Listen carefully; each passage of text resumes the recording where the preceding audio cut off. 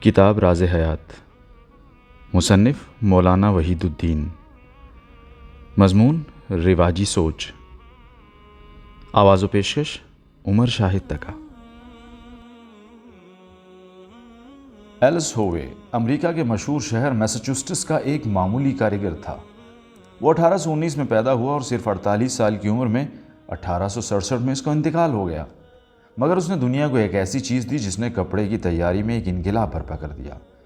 یہ سلائی مشین تھی جو اس نے 1845 میں ایجاد کی۔ ایلس ہووے نے جو مشین بنائی اس کی سوئی میں دھاگا ڈالنے کے لیے ابتداً سوئی کی جڑ کی طرف چھید ہوتا تھا، جیسا کہ عام طور پر ہاتھ کی سوئیوں میں ہوتا ہے۔ ہزاروں برس سے انسان سوئی کی جڑ میں چھید کرتا آ رہا تھا۔ اس لیے ایلس ہووے نے جب سلائی مشین تیار کی تو اس میں بھی عام رواج کے مطابق اس نے جڑ کی طرف چھید بنایا۔ اس کی وجہ سے اس کی مشین ٹھیک کام نہیں کرتی تھی۔ شروع میں وہ اپنی مشین سے صرف جوتا سی سکتا تھا۔ کپڑے کی سلائی اس مشین پر ممکن ہی نہیں تھی۔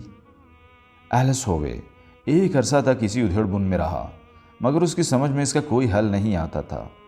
آخرکار اس نے ایک خواب دیکھا۔ اس خواب نے اس کا مسئلہ حل کر دیا۔ اس نے خواب میں دیکھا ہے کہ کسی وحشی قبیلے کے آدمیوں نے اس کو پکڑ لیا اور اس کو حکم دیا کہ وہ 24 گھنٹے کے اندر سلائی مشین بنا کر تیار کر دے، ورنہ اس کو قتل کر دیا جائے گا۔ اس نے کوشش کی مگر مقررہ مدت میں وہ مشین تیار نہیں کر سکا۔ جب وہ سارا وقت پورا کرنے کے بعد قبیلے کے لوگ اس کو مارنے کے لیے دوڑ پڑے تو ان کے ہاتھوں میں برچھے تھے۔ ہووے نے غور سے دیکھا تو ہر برچے کی نوک پر ایک سوراخ تھا۔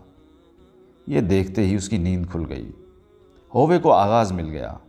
اس نے برچھے کی طرح اپنی سوئی میں بھی نوک کی طرف چھید بنایا اور اس میں دھاگا ڈالا۔ اب مسئلہ حل تھا۔ دھاگے کا چھید اوپر ہونے کی وجہ سے جو مشین کام نہیں کر رہی تھی وہ نیچے کی طرف چھید بنانے کے بعد بخوبی کام کرنے لگی۔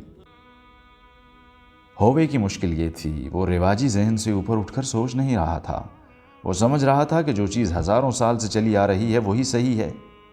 جب اس کے لاشعور نے اس کو تصویر کا دوسرا رخ دکھایا، اس وقت وہ معاملے کو سمجھا اور اس کو فوراً حل کر لیا۔